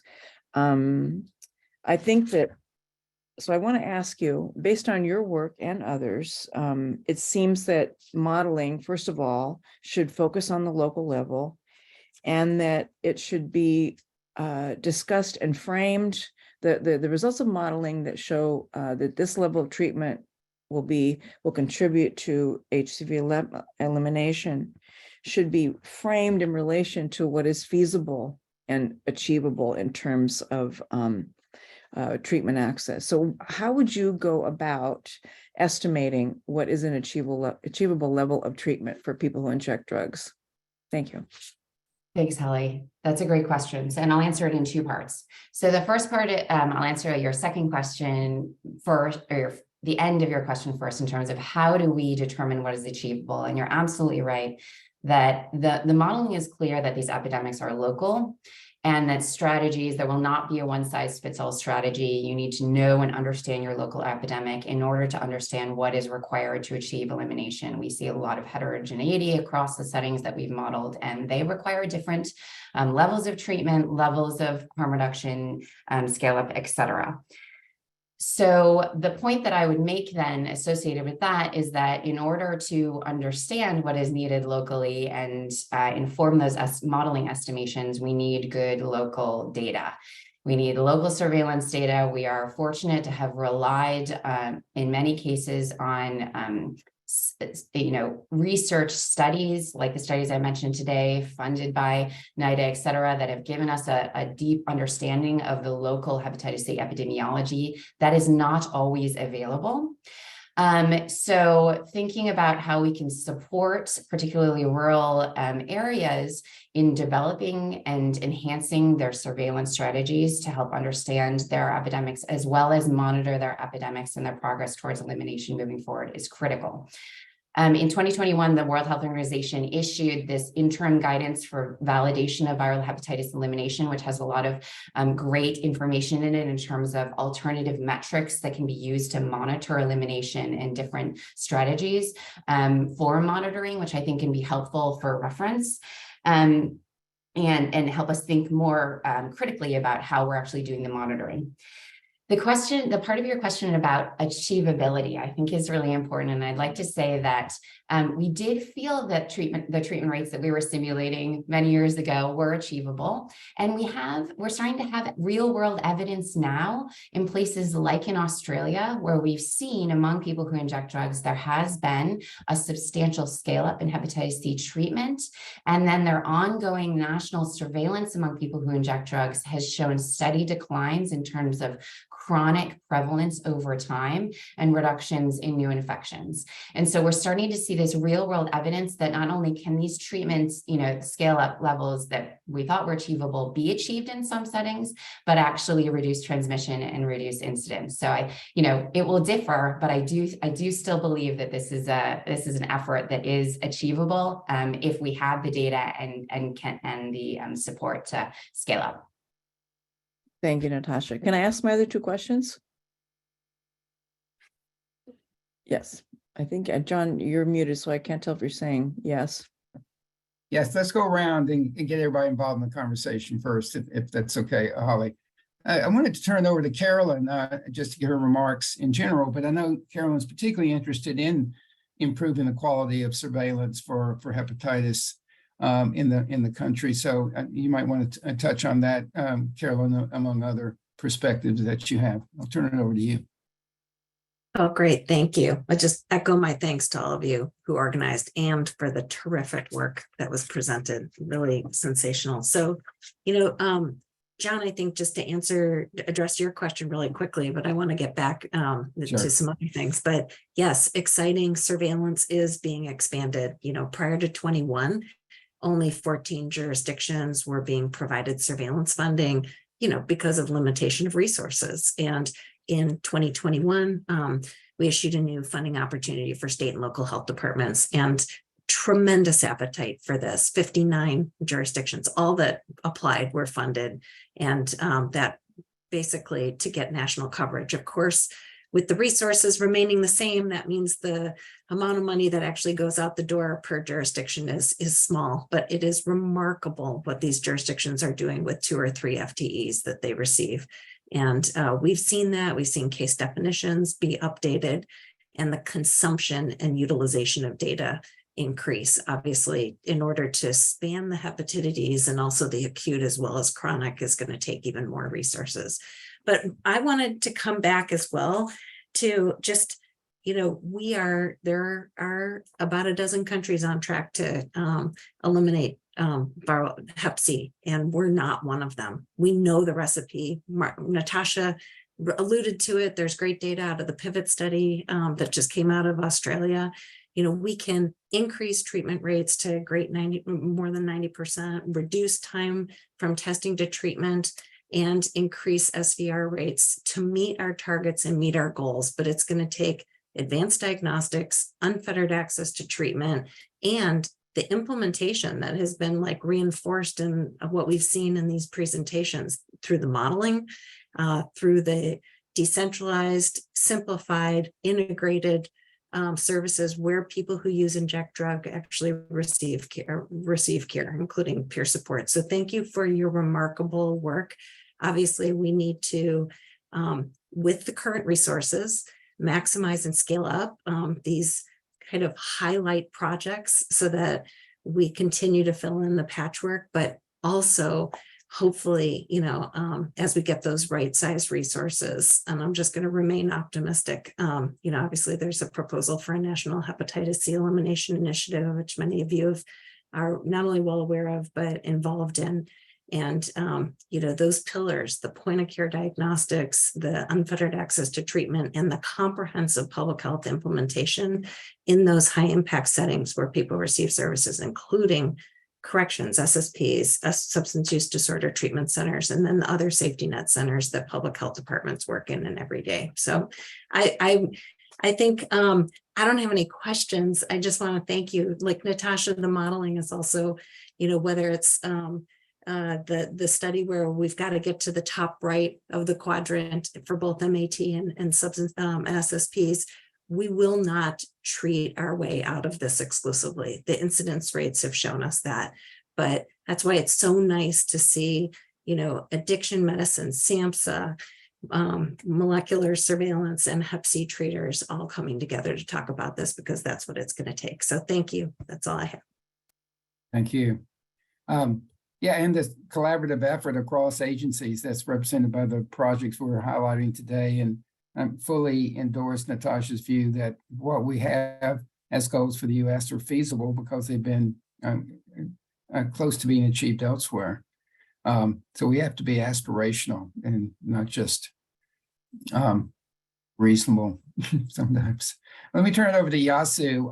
Yasu's been working on a variety of projects, specifically, and some of the ones that have been touched on here today. So I also want to give you a moment or two to have a perspective, and if you have a question, please share it.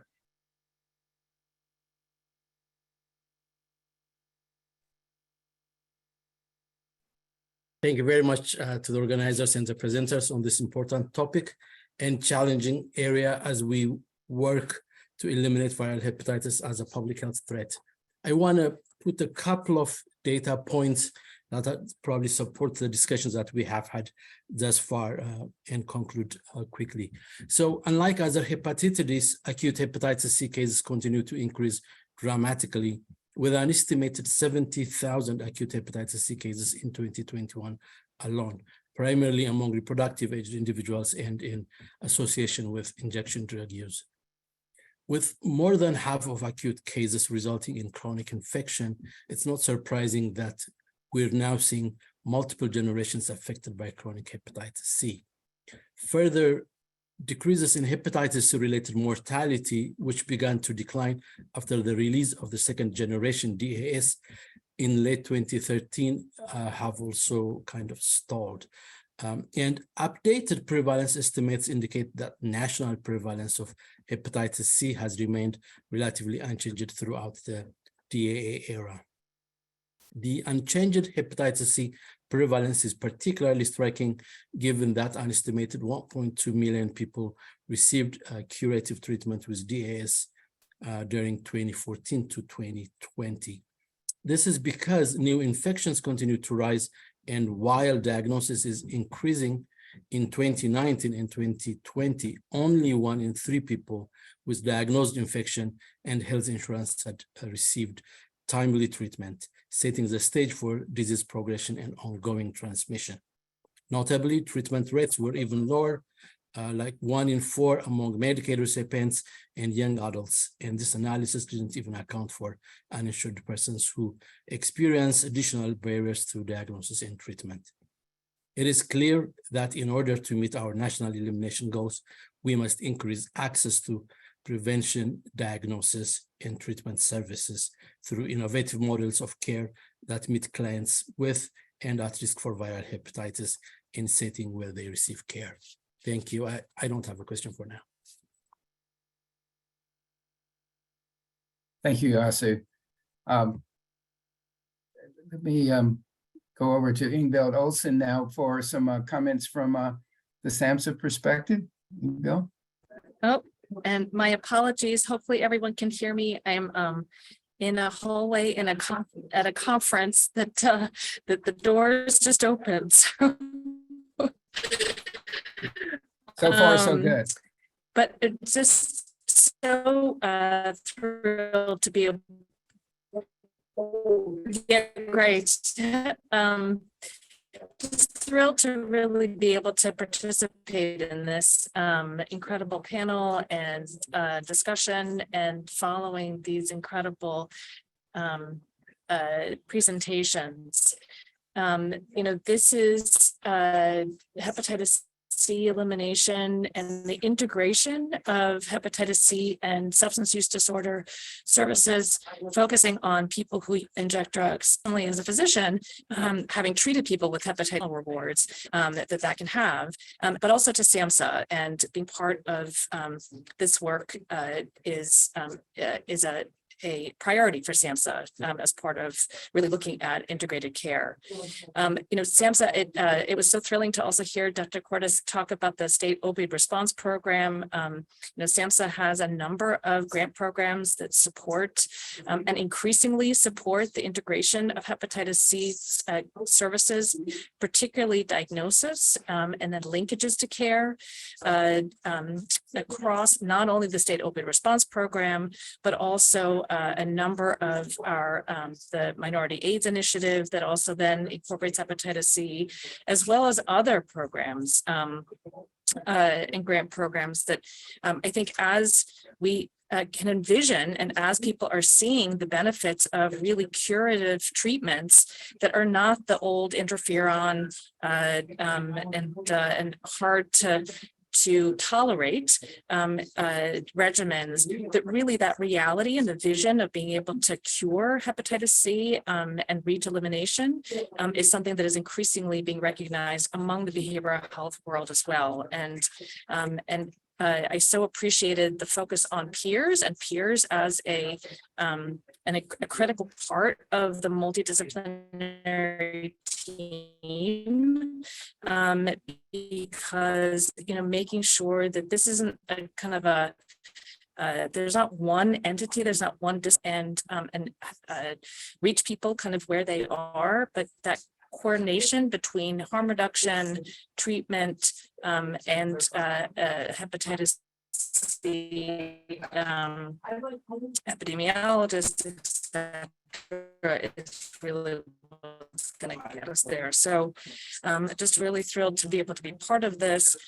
I had I think a couple of questions as well for our panel, our presenters, and perhaps just one to, we've been talking about hepatitis C outcomes, which is incredibly important. The other piece that, there has been some research out of an urban center where they've also used peer navigators for hepatitis C who have lived experience with hepatitis C to help engage individuals who also use substances. And they've, as a secondary outcome, also saw reductions in substance use.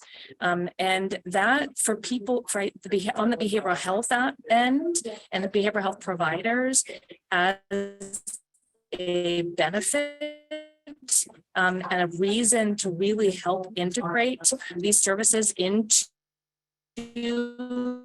their treatment modalities may be another link and a way to really like that. And so I wondered in your work, and maybe for all of you, if that's also something that you are looking at or seeing, even if it's just on a qualitative basis. I don't know if you can still hear me. Yeah, but maybe Dr. Korthuis, just curious if that's something that you, reductions in substance use, even if it's not engagement into something that you all. Yeah, absolutely. I think this is crucial, and thank you so much for raising this issue. I think it's really a both and for scaling up harm reduction and integration with substance use disorder treatment. I think we're in this window that until we can get the community viral load of hepatitis C below some threshold that Dr. Martin and others have suggested, we're really going to need all of it on an ongoing basis. So in the Oregon Hope study, we are very keen to analyze the data we've been collecting around self-reported substance use, as well as treatment engagement, and that'll be forthcoming. Thank you. Ingvild, while you're on, I was interested if you could be specific about what are the options for SAMHSA to support hepatitis C testing and treatment in SAMHSA-supported treatment centers and improve the quality, timeliness, completeness of data coming from those centers regarding the number of persons being tested and treated for hepatitis C.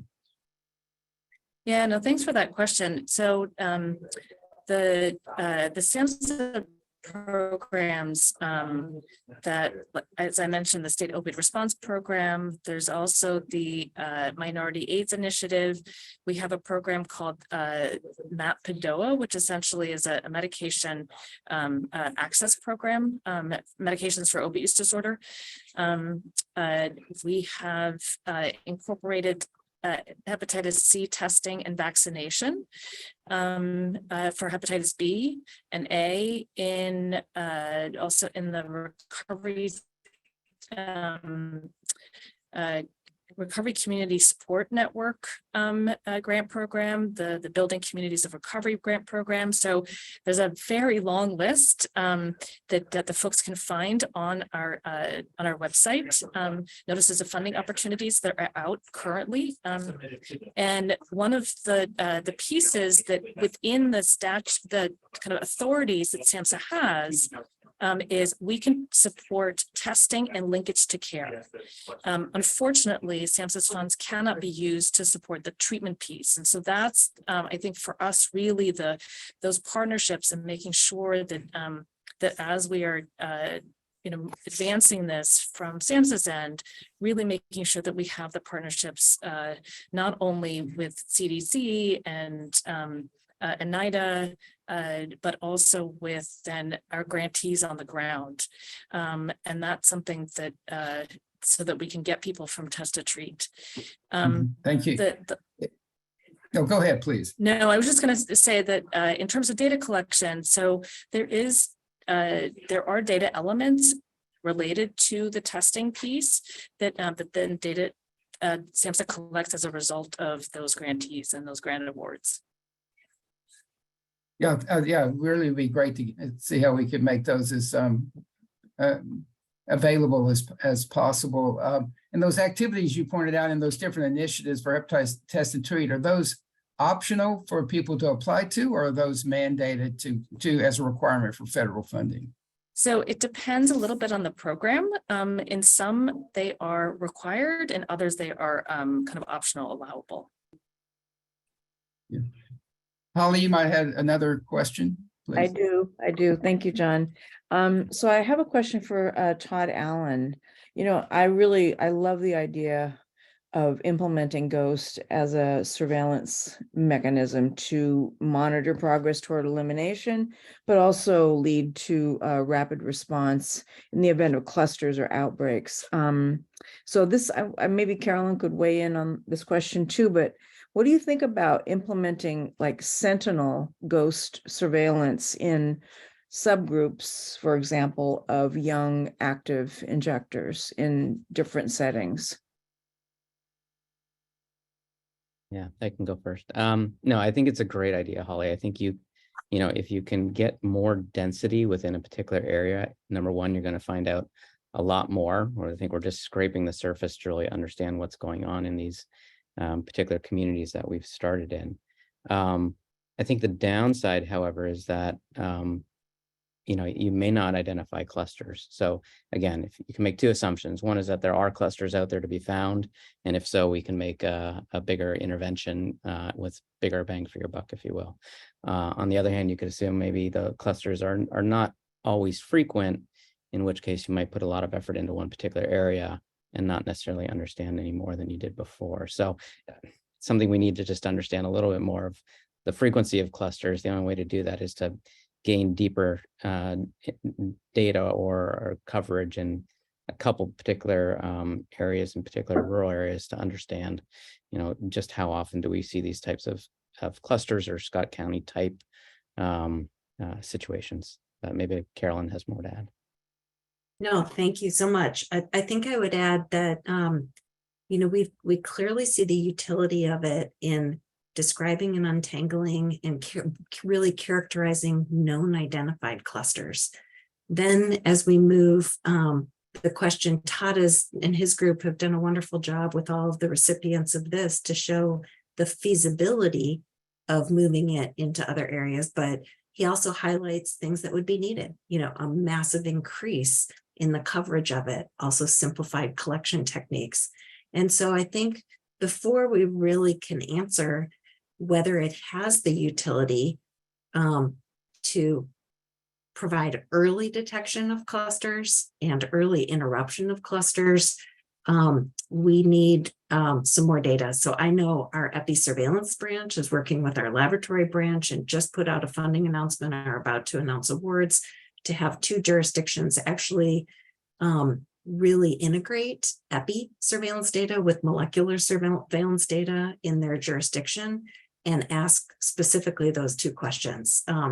And you know, then, and as Todd mentioned too, there's, in addition to answering these questions, if those are to be favorable and the utility is there, then there are other questions too in terms of implementing. You know, how do you implement? What are the client considerations? We're still working in a number of states where viral hepatitis is criminalized. So how to use it in, you know, to add value without unintended consequences too. Over. I don't know, Yasu, if you have anything you want to add. No, thank you. I think that's it. I'll turn it over to Natasha just for a moment. Natasha, is that kind of data coming out of that, you know, goes showing the types of networks, et cetera? Is that the kind of data that would inform modeling, at least at the local level or at the national level? How would you respond to that, please? It's a great question, and I can say that we actually have an NIH grant right now with that I'm co-PI of with a colleague of mine, Susan Little, and it's actually an HIV grant that's a partnership with Miami-Dade County, where we're building transmission models that are directly integrating both the epidemiological data as well as the molecular transmission network data to inform the modeling estimates and understandings both of incidence but also incidence between groups and geographical locations. And that this is really innovative work trying to understand what are the features of the networks that are important? And also, how do we, for example, account for the fact that there's, only a portion of individuals are getting sequenced and we're not seeing the complete network? How do we, account for that bias? So that's ongoing work that we're doing in HIV, but our preliminary analyses indicate that they do help us understand the incidence flows between groups and use the modeling to better direct prevention resource allocation. So, I think, I can't say for sure that a similar approach could be taken for hepatitis C, but of course it does require, it would require more sampling, particularly in local areas, to do it at a local level. Be interesting to take a look at that. I think we're closing in. There's an evaluation that I really encourage all the people in the audience to participate in. I want to thank all of our speakers and panelists for just a very invigorating and informative discussion. And please remember that this information is up on our website at the coalition@globalhep.org. And I'll turn it over to Wilson for parting remarks. Well, thank you very much, John, and all of the speakers and panelists. This has been a terrific couple of hours, and I look forward to further developments of your work so that we can together help eliminate hepatitis C and the other hepatitis. Thank you very much. To be continued. Very good. Thank you all again. Keep in touch.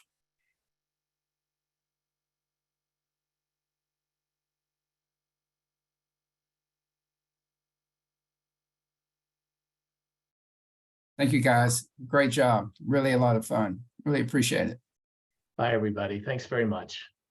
Look forward to seeing you all in person. Bye-bye. Thanks for Thank having you. me. Have a great day. Bye.